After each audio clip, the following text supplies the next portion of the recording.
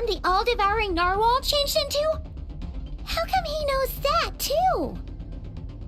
Really? So, you're telling Paimon that giant whale and this guy can both turn into the fowl? How does that work? It's a subconscious instinct. Any intelligent being who longs for his level of strength is bound to mimic his appearance. It's a natural response after encountering someone as powerful as Master. To them, he represents ultimate power. We know the person before us has encountered Master, and we know he stole a portion of my power. So it's not surprising that he would assume this form. Okay. Oh, the closer Paimon looks, the more intimidating it gets. Nervalette isn't here this time, so it's up to us. He won't have the nerve to steal again after we're done with him. Let's teach this guy a lesson.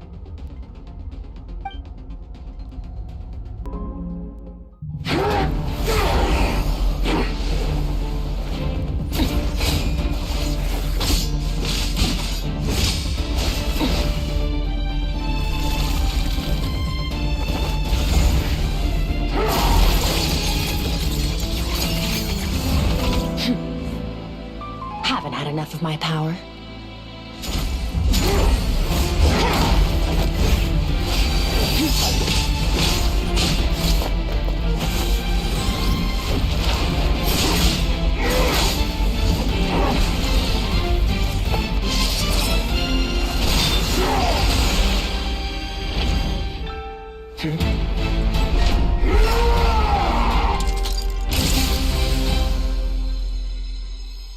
Well then, let's see how much more of this power you can handle.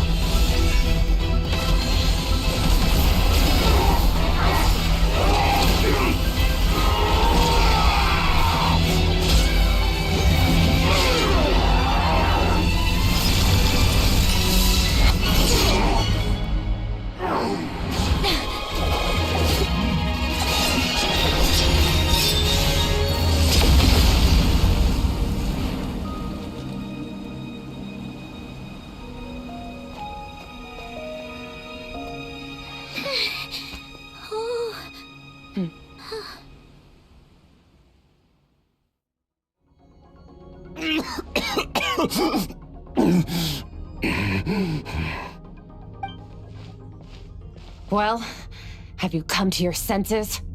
You saw that my body was at its limit. So, you deliberately channeled your power into me, knowing that it would destroy my shell from within. Such power, such keen battle instincts. So you must be... Skirk, Sertologi's disciple. How long has it been? How long has he been away from Tevat? Hundreds of years. Hundreds?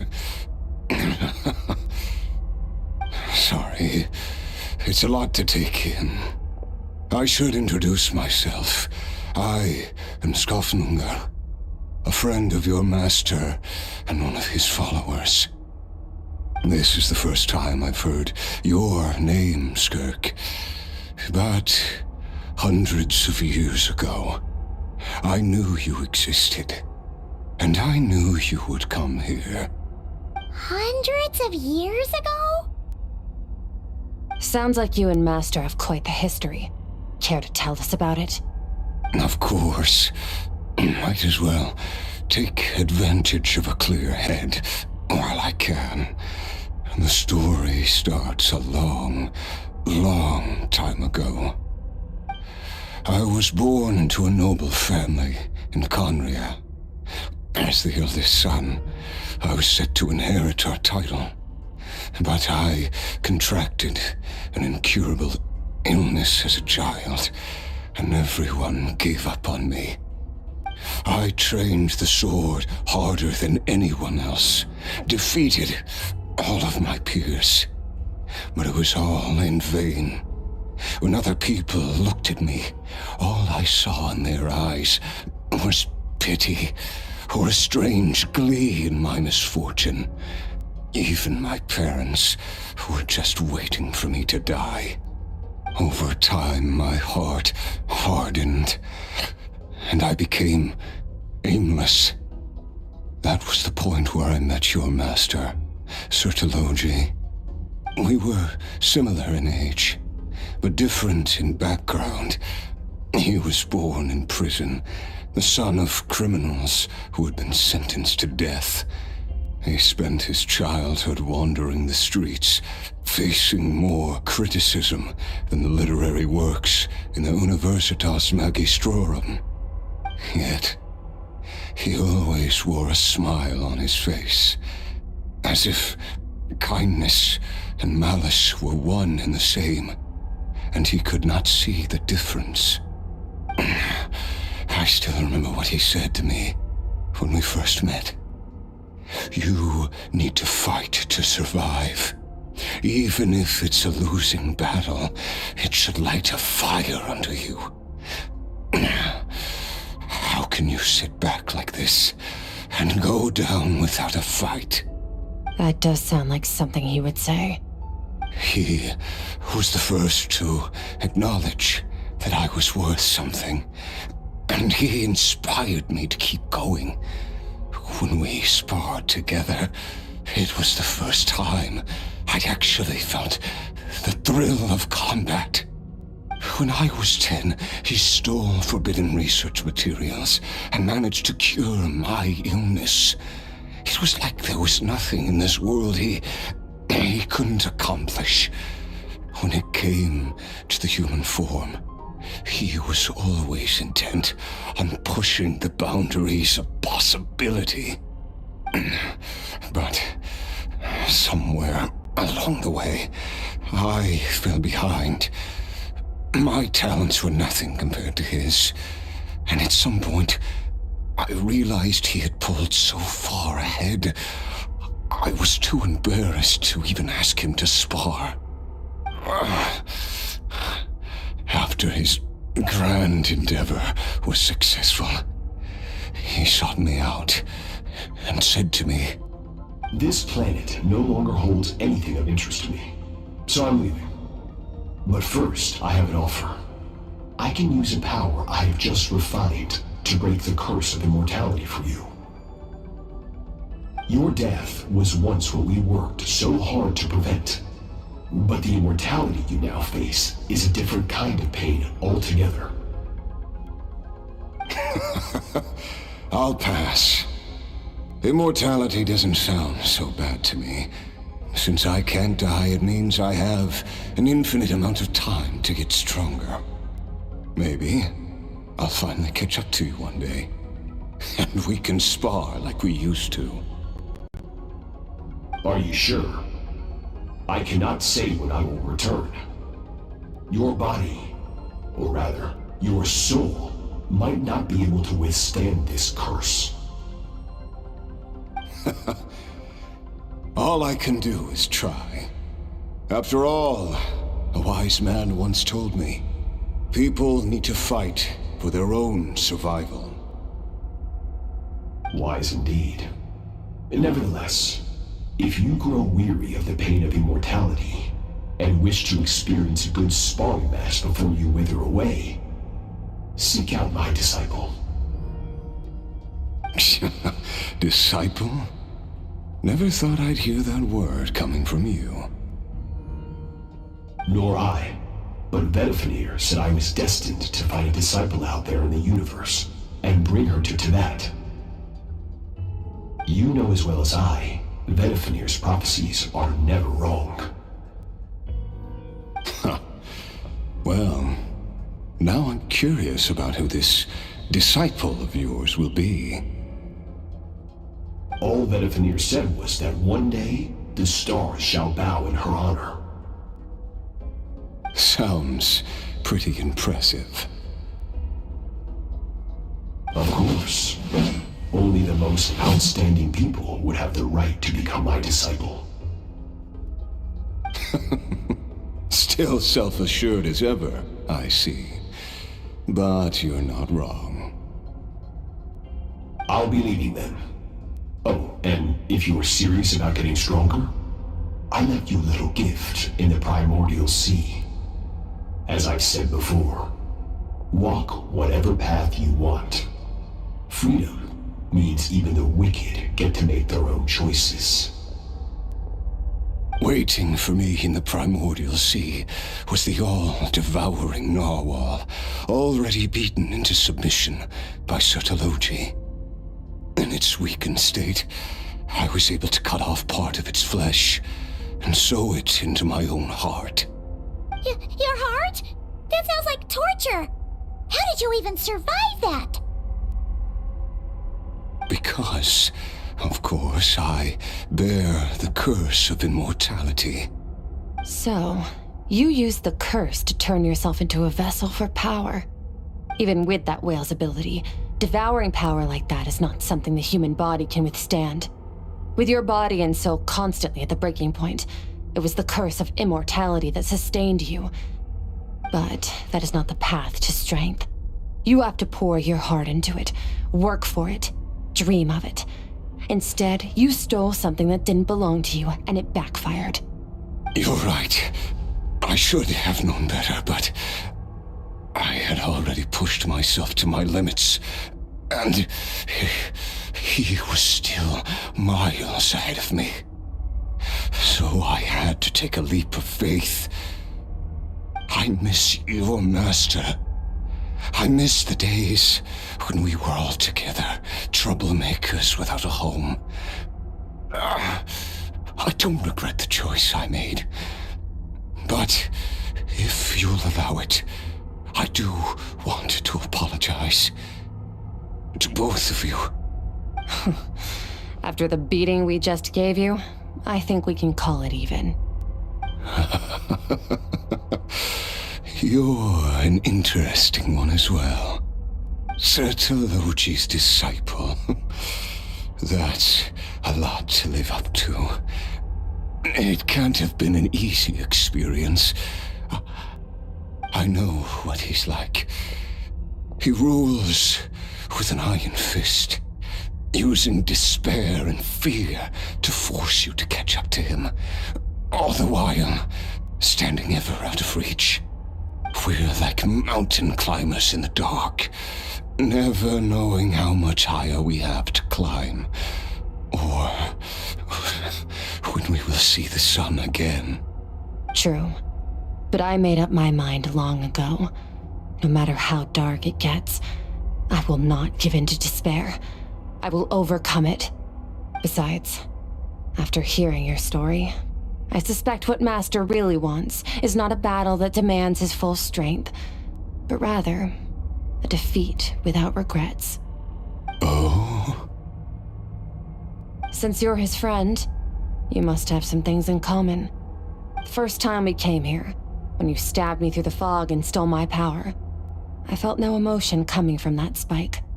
But when you had to devote all your strength fighting me just now, I could feel joy and passion emanating from your blade. It was the joy of a researcher discovering the truth of the world, the joy of an artist uncovering a temple of wonders. Interesting.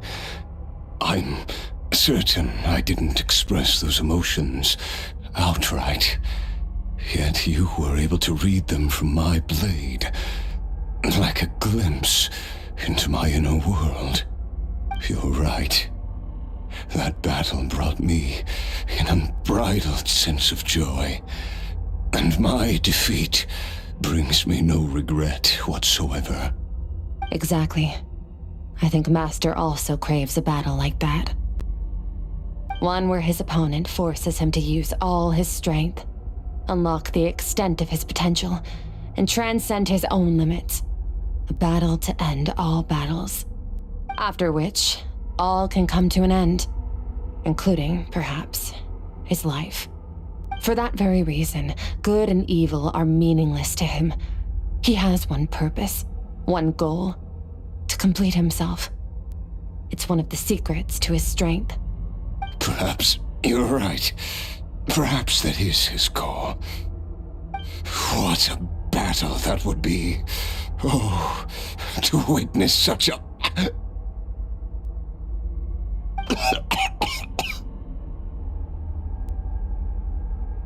Are you okay? Too many different kinds of power are surging through my body. The curse of immortality allows it all to coexist, but it does not remove the pain. I won't be able to hold on to my sanity for much longer. What a shame. I would have loved to witness that battle. Sertologi once offered to free me from this curse. Now, I must ask that of you, Skirk.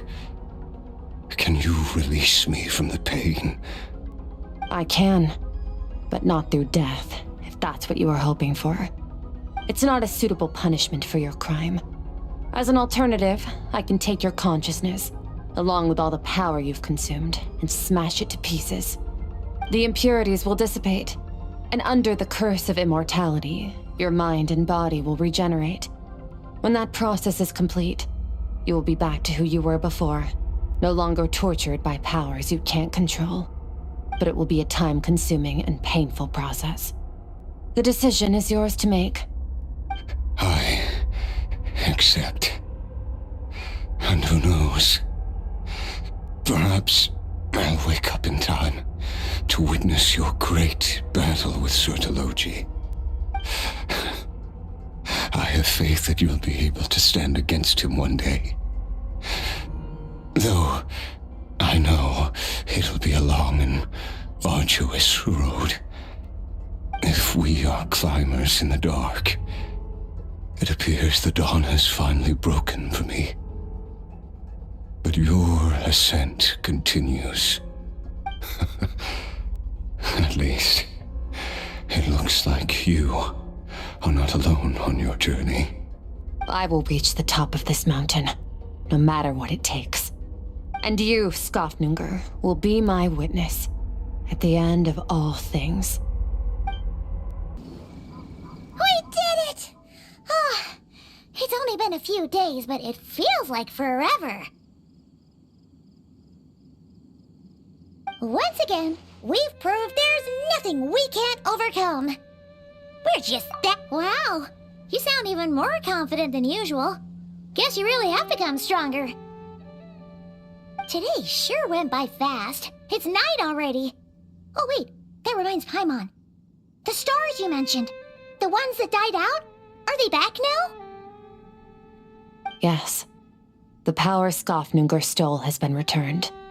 So, the stars have regained their light. Great! Huh, it's crazy that you even noticed their light was gone. There are so many stars in the sky. If a few disappeared, Paimon definitely wouldn't be able to tell.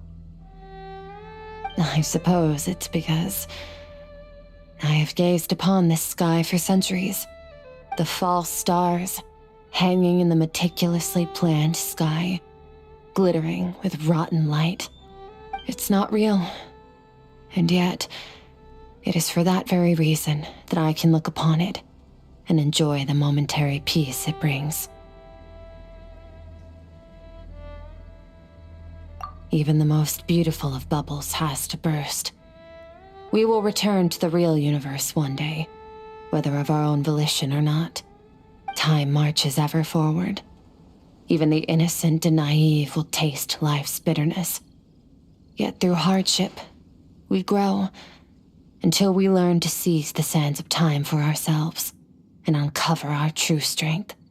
Though we gaze upon a false sky, its vastness and majesty is palpable. One can only wonder, what is it going to take for kindness to reign supreme in the vast expanse of the universe? Ugh, this is all going over Paimon's head. But if she knows one thing, it's that the Traveler always finds a way. Ever since we met, he has filled Paimon's days with happiness. No matter how tough things get, he always finds a way to make it better. If it's too big a job for one person, then they'll do it with two. And if two's still not enough, then three. We've met so many amazing friends and accomplished so many amazing things. As long as we don't give up, we can make any wish come true. I suppose when it comes to you, anything is possible. Well, I should be going. Now that my power is no longer isolated from my emotions, I need more practice to get used to it. I suppose fate will decide. Maybe we'll bump into each other on the street. Or maybe we'll reunite on a different planet entirely. Regardless, reunions and partings are but passing moments. More than anything, I hope that, at the end of this journey, wherever it takes us, we stand in a world reborn. One without war, pain, or forced partings. One where new life can bloom, even where there was once nothing but scorched earth. For this, we must all work to become stronger. If that's what you want to call me, I won't object. Goodbye. Bye!